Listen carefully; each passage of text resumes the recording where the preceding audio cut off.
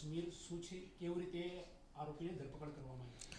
સુરત એસઓજીને એક ઇન્ફોર્મેશન મળી હતી કે 2006નો મૈદરપુરાનો એક ગુનો છે, જે 10.25 લાખ ચરસમાં વોન્ટેડ આરોપી નિસાર અહેમદ દાર, જે તુલકાન ગામ અનંતનાગ ડિસ્ટ્રિક્ટમાં રહેતો હતો અને અમને ખ્યાલ હતો કે તે ત્યાં રહે છે અને 19 વર્ષથી આપણા ગુનામાં સુરતના વોન્ટેડ છે.